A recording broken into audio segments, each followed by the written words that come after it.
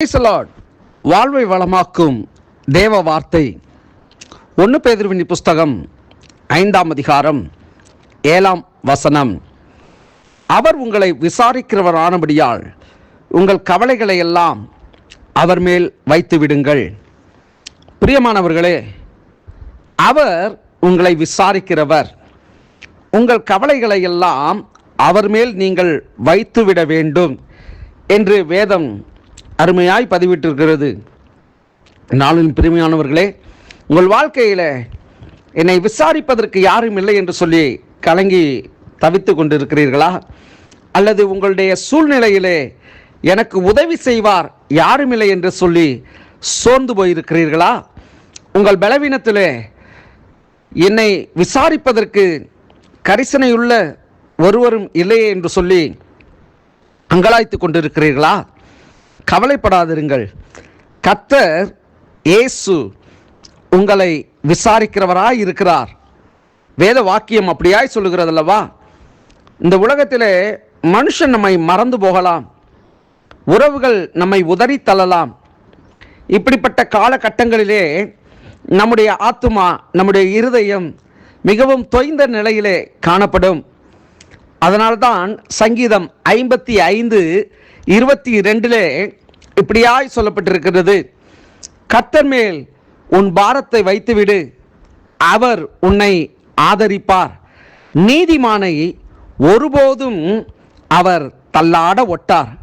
பிரியமானவர்களே, நம்முடைய வாழ்க்கையிலே படுகிற உபத்திரவங்கள், வேதனைகள், பலவீனங்கள், வியாதிகள், வறுமைகள், தரித்திரங்கள் இவைகளெல்லாம் நம்மை கடந்து போகிற பொழுது நம்முடைய இருதயம் சுக்குநூறாக உடைகிறது போல காணப்படும். நாளைய தேவையை நினைத்து, அல்லது பிள்ளைகளுடைய எதிர்காலங்களை கண்டு, அல்லது நம்முடைய வாழ்விலே பட்ட துயரங்களையும் வேதனைகளையும் குறித்து நாள்தோறும் நாம் கவலைப்பட்டு கொண்டே இருப்போம்.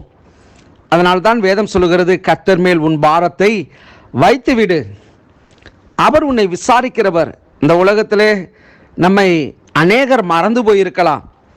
நம்மை மறவாதவர், நம்மேல் எப்பொழுதும் நினைவுள்ள தெய்வம் ஒருவர் உண்டு. அவர் நம்முடைய தகப்பன், ஆண்டவராகிய இயேசு கிறிஸ்து. இந்த வார்த்தையை கேட்கிற தேவச்சனமே, உன் வாழ்க்கையிலே உன்னை விசாரிப்பதற்கு ஆள் இல்லை என்று சொல்லி கலங்கி தவித்து கொண்டிருக்கிறாயா? உன்னை விசாரிக்கும்படி, உன்னுடைய பாரங்களை எல்லாம் சுமக்கும்படி உனக்கு முன்னே நிற்கிற உன் தேவனாகிய கர்த்தரை நோக்கிப்பார். அவர் உனக்கு ஆறுதலையும் அவர் உனக்கு பதிலையும் தந்தருளுகிற தெய்வமாய் இருக்கிறார்.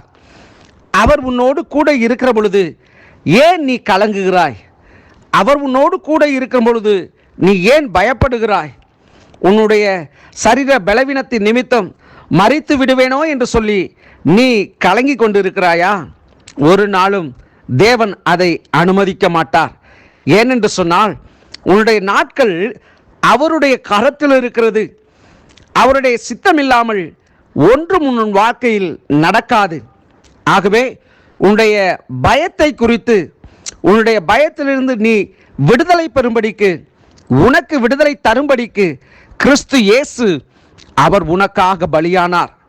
உன்னுடைய மரணத்தை அவர் ஜெயித்தார். நீ நீடிய வாழ்வு வாழும்படிக்கு நித்திய ஜீவனை உனக்காக கொடுத்தார். அப்படி கொடுத்ததான தேவன் நிச்சயமாக அவர் உன்னை விசாரிக்கிறவராயிருக்கிறார், உன்மேல் அன்பு கூறுகிறவராயிருக்கிறார், உன்னை மறவாதவராயிருக்கிறார், உனக்காக பரிந்து பேசுகிறவராயிருக்கிறார், உனக்காக வழக்காடுகிறவராயிருக்கிறார், உன்னுடைய காரியத்தை ஜெயமாக மாற்றுகிற ஜெயகிறிஸ்துவாக இருக்கிறார். ஆகவே நீ எதை குறித்தும் கவலைப்படாதே, உன் பாரங்களை அவர் மேல் வை. அவரே உனக்கு ஆறுதலையும் சமாதானத்தையும் சந்தோஷத்தையும் தந்தருளுகிற தெய்வமாயிருக்கிறார். கலங்காதே, கவலைப்படாதே. அவர் உன்னை விசாரிக்கிறவர் ஆனபடியினால் உன்னுடைய கவலைகள் எல்லாவற்றையும் அவர் மேல் நீ வைத்துவிடு. ஒரு இளைப்பாறுதலுக்குள் நீ கடந்து வந்துவிடு. கர்த்தர் உன்னை ஆசீர்வதிப்பார், கர்த்தர் உன்னை பலப்படுத்துவார், கர்த்தர் உன்னை தூக்கி நிறுத்துவார். கலங்காதே. God bless you. கர்த்தர் உன்னை ஆசீர்வதிப்பாராக.